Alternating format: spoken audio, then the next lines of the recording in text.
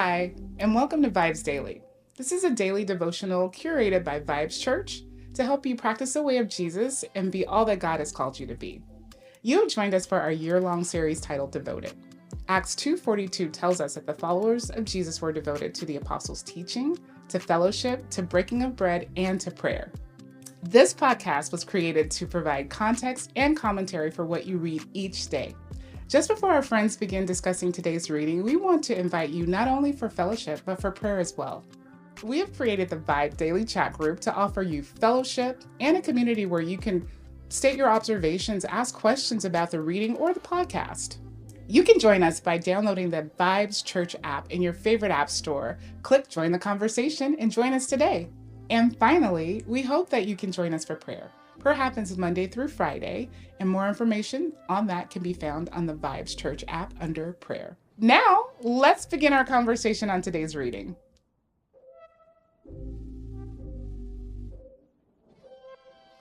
Right. Welcome back to the VIBEZ Daily Podcast. It is day 74 of our year-long series we have titled Devoted, where we are going through the entire Bible from cover to cover. We are, almost through. We will finish the book of Judges today. And so excited to have back with me my friends Matthew and Vonice, who have been journeying with us through Judges so far this week. And are going to help us bring it to a conclusion. We will do the last 5 chapters of Judges today. I believe your reading will have you finish at chapter 20, but we're going to go ahead and do chapter 21 in our discussion, and then we'll finish it out with Ruth tomorrow. But let's jump right in. We kind of left off with Samson. We got to hear his story over the last few chapters, and so we get to another judge that rises after Samson's 20 years of judging Israel, and that's Micah, who's a priest, kind of a priest for hire. We'll come to find out here. So talk to me a little about 17 and Micah's priest that he kind of brings in to his home. What's some things that just jumped out to you guys here in 17? I thought it was funny how he was returning money to his mom that he stole. Yeah, that was right. And they got glory for it though, right? Like he returned it because she cursed the person who stole it. And he was like, "Oh, here it is. Yeah, here's your money back." I was like, "You silly." Like, yeah, I thought that was comedy, but I also thought it was funny that like his mother like consecrates the silver to the Lord, right? For my son's benefit, like, but not even all the money. Yeah, only 200 shekels. Yeah, that's it was very interesting. Like you said, just giving back the money that you stole. So she curses it, and then she's like, "Oh, let me bless you, son." So are you trying to reverse the curse? Yeah. I mean, I thought it was a lot in those first few verses. Yes. Yeah. Very, very interesting. Yeah. So I like how it started off with that, and this is supposed to be. Yeah. But then he takes that silver, right, and he carves an image, and makes an idol out of it. And he has that in his house. So he's starting off completely on the wrong foot here in 17. He has stole it, gave it back to his mama, and then makes an idol out of silver, all within the first 4 verses of this chapter. Yep. So. Yep. Yeah. What else jumped out to you guys? Well, we go back in those days there was no king in Israel, and everyone did what was right in his own eyes. Mm-hmm. A repeated theme. Yeah. A repeated theme. They know a little bit about the Lord, but they always twist it, and so like you got this little snippets of they're gonna dedicate to the Lord, but it's all just corrupted and messed up. It's not at all what the image of what God has in store. It's just so you're gonna dedicate money that you turn into a carved image to go worship as an idol. How is that sacrilegious? Oh, yeah. Sorry, that's so good to me right now. Like, if you guys haven't figured out a pattern for me, like I'm usually always trying to take all of this and bring it forward, right? Like to today, because again, the word of God is so relevant even today in a lot of this. And I think again, it's easy for me to disassociate and just try to judge the Israelites, but like. Yeah, I do. Like, I look at this and think to myself, man, like, how often have we perverted God's, like, word or his law or his practices, right? And we're just doing things that are, as you said, either sacrilegious or blasphemous or just, like, It's just so rude and disrespectful, man. Like like you say, you take the money that God gave you this great job. You know, you done prayed about it, asked him for it, he gave it to you, and then you just go blow money fast on stuff that got nothing to do with him and his will, right? Like, or you being stingy and you won't share it with people, like, or I mean, just so many different things. He gives you this great car, and you just drive it to his house. You wasn't supposed to go there. You know what I'm saying? Right. Like, whatever it is, like, you know, you just abusing the things that like he done offered. I don't know, man. Like, as you said that, Matthew, I'm just like running through my mind of like all the ways that we abuse what God has trusted us with, or even just try to mix in like, yeah, we want his promises and his blessings, and you know, we want to ask him to save us from stuff, but at the same time, we then take that and flip it and use it for something that's really contrary to as well. Hey, that's challenging. But okay, so there was this Levite though. Yep. That from Bethlehem, and he was, you know, in Judah, and so, you know, Micah asks him to essentially come and stay with him, right, and be his like personal priest, right? So, which is crazy. Like, why does he have to be your personal priest? Well, you know, at least what we've been seeing, priests were over many people. Yeah. He's like, nah, you can be with just me. Yeah. And then what he offers him, like what, pennies to what normally priests get, right? Right. Yeah, but I mean, mine tells me it's also like 4 ounces of silver a year. So I'm like, I wonder if this is from that same silver. Yeah. Right? Like, That was cursed. that same silver. He's now using it to pay a priest to be his personal priest. I'm like, Micah is so off, man. Like, Yeah. what is happening? It's just like, now I know the Lord will prosper me because I have a Levite as priest. Like, he's thinking, oh yeah, I got everything in order. I got this Levite. I got my own Levite now. But we start off with you God bless stealing me. from your mama. Yeah. I mean, come on. Talk about the Lord's gonna be with me completely because I missing got the a mark. priest. Completely missing the mark. That's like me saying, I'm gonna be blessed because I got a Bible in my house. I put up some scriptures on my wall. I anointed it with oil. I'm good now. I am good and blessed. That's crazy. As I, you know, listen to Drake all day. I'm just blessed. Hashtag. Hashtag blessed. Oh gosh. Oh, it's so good. This is so good. Judges is killing me, man. Oh, but like I said, it's just, I feel so challenged. Oh, good. Okay.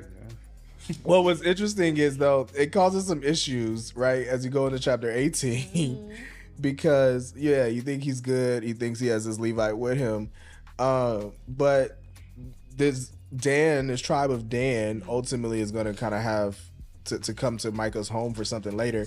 I thought it was interesting just at the beginning that, like, the tribe of Dan still had no territory to occupy. Yep. Like, Joshua done went, conquered all this land, sent them to their places and spaces, and Joshua, we done had who knows how many judges at this point, conquered the Amorites and Philistines and Moabites, and Dan is still out here living without a tribe. I mean, without land. Like, at this point, they still don't have a place to be. And so I don't know. That surprised me when I read it. But yeah, so they go and kind of to explore land, and that ultimately leads them to this same Levite that's in Micah's home. What are some of the things that you guys thought was interesting here in 18? How quickly they were able to take the Levite. So they're like, what are you doing here? Who brought you here? What do you have here? He's like, oh, Micah hired me as a priest. And they're like, well, inquire of God. And he's like, yeah. And then he gives them an answer. I'm like, did you actually inquire of God? You was quick with it. I don't know. Yeah, just go in peace. Yeah, you got this. You got Lord's it. with you.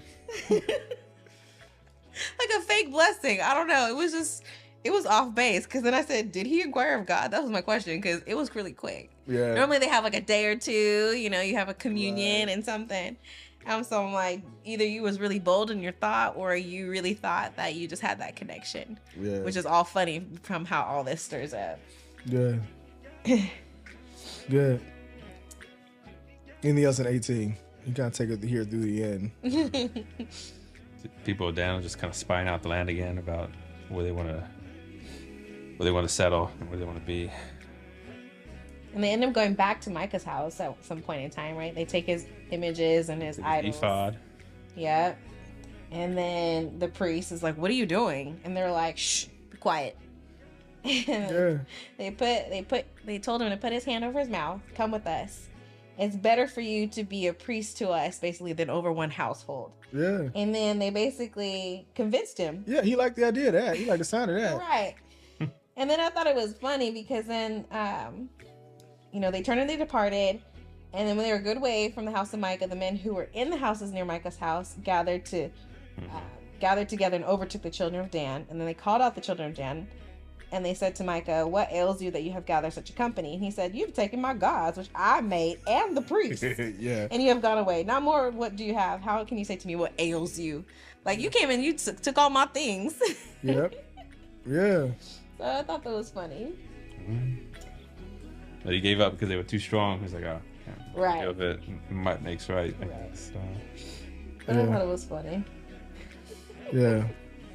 But like I said, so they take this city, they tear it down, rebuild it, name it Dan. So they have some land at this point, right? Because they've kind of could have done that. But yeah, I just think it's interesting that after all of that, though, they still have these images, right? That they set them up and kind of worship him.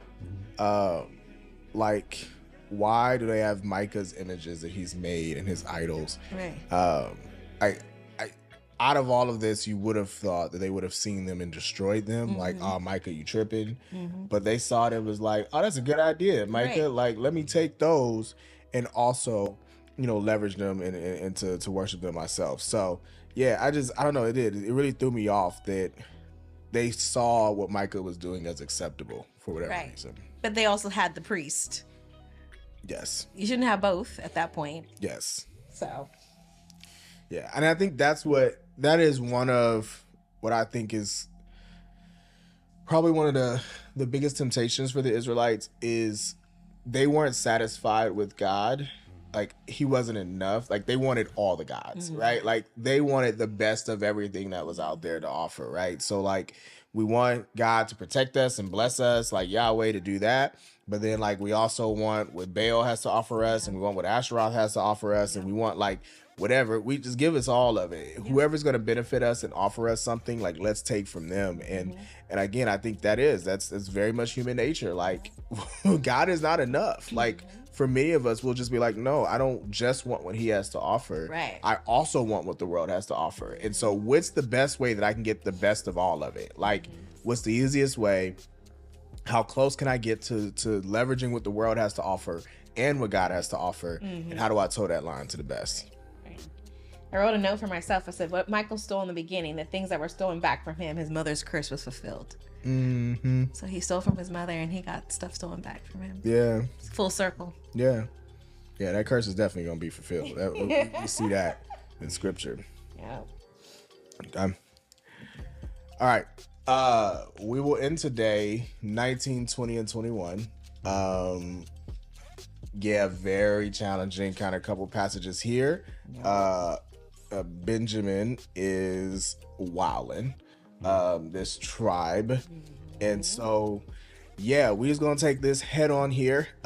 And so, I don't know, just calling it out up front. It's very reminiscent of the story that takes place with Lot and his daughters and Sodom and Gomorrah and the angels that come to visit him. It sounds very similar, like to the point where, I was reading it and I had to make sure I was still in Judges and not in Genesis because of how similar they sounded. Yeah, talk to me guys, like what stuck out to you guys as we end the book of Judges, because this story kind of takes us to Benjamin as a whole, kind of takes us to the end of Judges, and their interaction here and their sin, like this great sin of this city, or this tribe. What jumps out to you guys about 19? Well, I'm sorry. okay. I was just this wandering Levite. He's wandering hill country and Ephraim, and he has a concubine. So Levite with a concubine. So I mean, that seems kind of off the mark step to begin with, right? Yeah. A Levite with a concubine. And then, of course, his concubine then playing the harlot against him, right? She ran off back to her father's house, and then he goes back to retrieve her. And the father keeps holding him back until late one day he's like, no, I'm gonna go, right? Then he's like, then him and his servants, they go on, and the servant was like, hey, let's stop here, which I think it was in Jerusalem, right? And then he was like, no, let's continue on to the city of the people we know, kind of thing. Yeah. And then they go to the city of the people they know, and they sit in the square. Nobody takes them in until this old man comes off from work, right? Takes them in. But then here we go. Dun, dun, dun, dun. They come knocking on his door. These men, hey, who you got up in that house? Let us know him carnally. Yeah. That's it. You're like flashback, right? Exactly. And so the man was like, no, please, I'll give you my virgin daughter. And the guy was like, oh, I'll give you the concubine. Poor concubine. Poor girl. Yeah. She gets toe up. And yeah. We see a reminiscence of old stories here. Yeah. I mean, I've said this probably off camera. I don't know if I've said this yet this week on camera, but again, all of Judges really describes what a world looks like without God, right? What it looks like when, as we'll get to in this last verse of the last chapter, what it looks like when everybody does what's right in their own eyes, right? And I say that because I think it's a fair warning. Again, just fast forwarding, it's a fair warning to the world that we live in today, right? And I can specifically speak for the country that I live in, a country that is constantly saying, do you, right? It's your truth. It's about you. Live your life. Do what makes you happy. Pursue those things that fulfill your dreams, whatever. It's all about you. Our whole world is centered around ourselves. And literally Judges is saying, this is what it looks like when everyone does what they feel is right in their own eyes. When everyone does what makes sense to them, what satisfies them, what tempts them, what they desire. This is what you get. Right? You get Sodom and Gomorrah, which we've already seen. You get Benjamin. And you get a group of people who are literally, it's just their desire. For whatever reason, their desire were to know him carnally, to lay with this man. And they were willing to tear down a door, essentially, to do so. Because that's what they felt was right in their own eyes. And I say that to say that we've gotten to this book in Matthew. I think you said it earlier. It doesn't get any better. We get the Judges and it just feels like it gets worse and worse. And it's because they are just doing, this is what happens when you live a life apart from God. When it's about you and not about him, this is what we get. It's crazy. And, of course, the concubine doesn't live, right? So she loses her life over these nonsensical people. Yeah. And, and then this is why we have the war with the Benjamites, right? Yeah. Because they go and they say, hey, give up the people who were trying to do such the crime, right? Yeah. And they wanted to protect these folk. What I will say, it is interesting to me though that this was finally enough. Right? Didn't it seem interesting that so far they've pretty much allowed whatever to take place. They didn't really care. No. But for whatever reason, this particular act was enough to get the rest of the tribes of Israel to be all right, we've gone too far. Right. Well, I mean, the man, the wife, or the husband of the concubine, is that the proper word? Because I feel like concubine and wife are not synonymous, right? But the concubine's man, right? Chops her body up in 12 pieces and sends it to all the tribes and is like, this is what happened to her. But of course he doesn't tell the part about how all of it goes. He just tells the part that makes him look good. Yeah. Right? And tells them what happened for them to be like, hey, Benjamites, release to us the people who did it. Let's punish them. They're like, nah, we good. Yeah. And we see what happened to them. Basically, they get attacked and almost wipe out the whole entire tribe. Yeah. 25,000 is what chapter 20, verse 35 tells us. The Lord defeated Benjamin in the presence of Israel, and on that day, the Israelites slaughtered 25,100 men of Benjamin. Yep. All were armed. Yep. Yeah. Because you wanted to protect the terrible people. Yeah. The terrible men. Yeah, I almost want to, and I just don't have the time to right now, but to go back to Deuteronomy 28 and just reread all of these curses, because I'm as I read Judges, I'm this is literally all of it coming to fruition. Because again, they're they're at this point they're even killing themselves. Yeah. Yeah, it's like I mean, in the previous examples of the judges are saving them from external enemies, so to speak, and now they're just destroying themselves. They're eating themselves. Yes. Their own worst enemy, their own punishment, their own. Yes. Yep. And it's like that's what's so crazy about it. It's just like, yeah, it's gotten so bad that like literally you're just your own worst enemy at this point. Yeah. I'm like, and it's literally what's spelled out here in Deuteronomy 28. But like, I don't know, it is crazy that, as you said, they wipe out almost the entire tribe.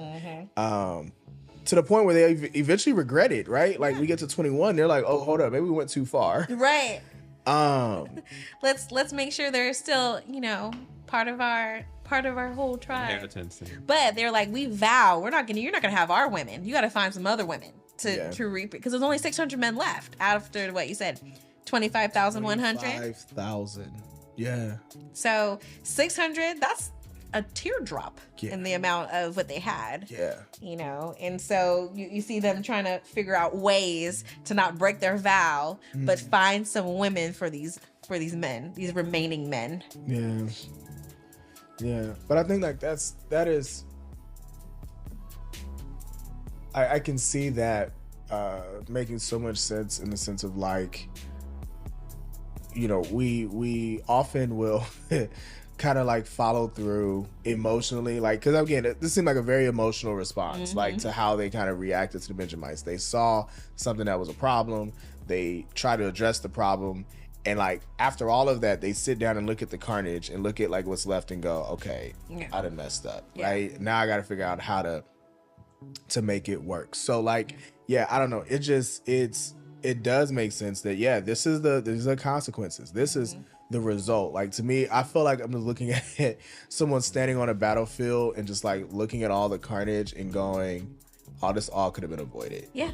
Like, this all could have been avoided if we had just obeyed the Lord. Right. Like, you just obeyed the Lord, and now we are down to 11 tribes essentially, almost, because of the sin here.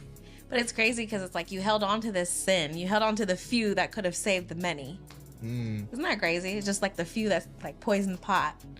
And you could have, had you just gave them and punished the men that were going to do it, you end up losing so much more to protect the ones that weren't even right in the first place. Yeah. That's good.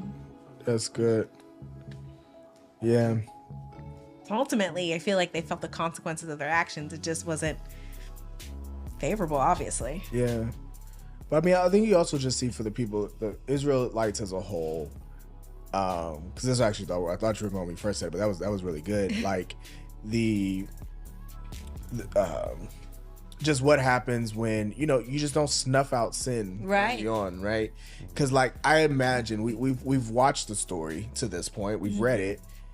It didn't just like they didn't just turn around the next day and be this sinful, right? Like it was gradual, it was over time, it was like they continued to allow certain things to happen. They flirted with these other nations, they did this, they did that, and it's like, when you just let that fester up, you end up in this position and looking around like, well, dang, what happened? But like, if they had just snuffed it out in the beginning, right? If they had just been like, no, follow God's laws and said, oh, once somebody steps out, like, y'all gone. Like, we got to move on. We'd have never got to this part and got to the end here. But I mean, we see all throughout Judges and even throughout what we've read so far, right? They take on everybody else's characters, but they're not influencing anybody. They're being influenced. Yeah. Yeah. Oh, goodness. Oh, goodness. Which was God, like, oh, that's good. That's what God wanted, right? That was the whole point of him establishing a people. Like, he established a people for his glory. Yes. He established a people so they would all know of who he was. Right. And instead, as you're saying, like, by entertaining these other cultures, they influenced the Israelites rather than the Israelites. And oh, that's so good. Yeah. That's so real. And it's so much easier that way. It's so much easier to be negatively influenced. That's wow. It's good. Good. Any other thoughts on the Benjamites? I know we kind of grouped 19, 20, and 21 kind of here together, but anything else that just jumped out to you guys as you were reading it? I think we covered most of it. I mean, we just said they basically had to figure out why it was to try to rebuild that tribe. because they were like, you're not going to have any wives from the other Israelite tribes. You got to get your own. So I think they had, 2 attempts that we talked about? Yeah. Good. Yeah, so basically what they did, they went to, was it Jabesh Gilead, right, for the assembly? To find 400. They got 400 there. They got 400 there, and then they had to go snatch up some women from elsewhere. Yeah, kidnap some women. That was crazy. Yeah. But it gave them idea though. They gave them the idea to go kidnap these women. Mm-hmm. So, but they're like, you can't have our women, but we'll help you somehow to save the tribe. Yeah. All for the name of the tribe. But, as our theme ends, the chapter ends, in those days there was no king in Israel, and everyone did what was right in his own eyes. And we just continually see the effect of, Yeah, it was such a perfect punctuation to this book. Yeah. Like that verse just summing up what we just read. And yeah, again, it's been a rough week, but I want to say the big takeaway is this is the result of that. This is the result of a world or a people or a group or a life lived apart from God, doing everything in your own way. Yep.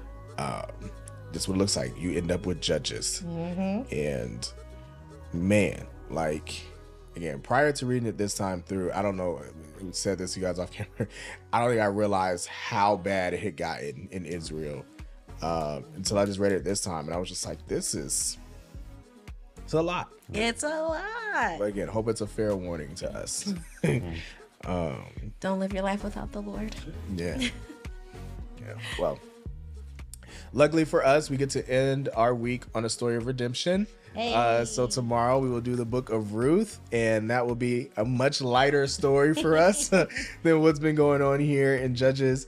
And so praise the Lord for this little bit of glimpse of hope. Amen. In the midst of this. In a very significant book, kind of in history, the life of Jesus. There's a lot that's kind of significant about Ruth. But we'll get to that tomorrow as we conclude our week, this week of reading. And again, I know you're reading today. You'll probably read 21 tomorrow to read your 5 chapters together. But come back and join us. We'll discuss the book of Ruth. And until then, see you. Thank you for joining us for the VIBEZ Daily Podcast. Be sure to like, comment, and subscribe on your favorite podcast platform or download our favorite, the VIBEZ Church app. Visit vibes.church/devoted for additional episodes, notes, details, and the latest merch. Join us next time as we continue our journey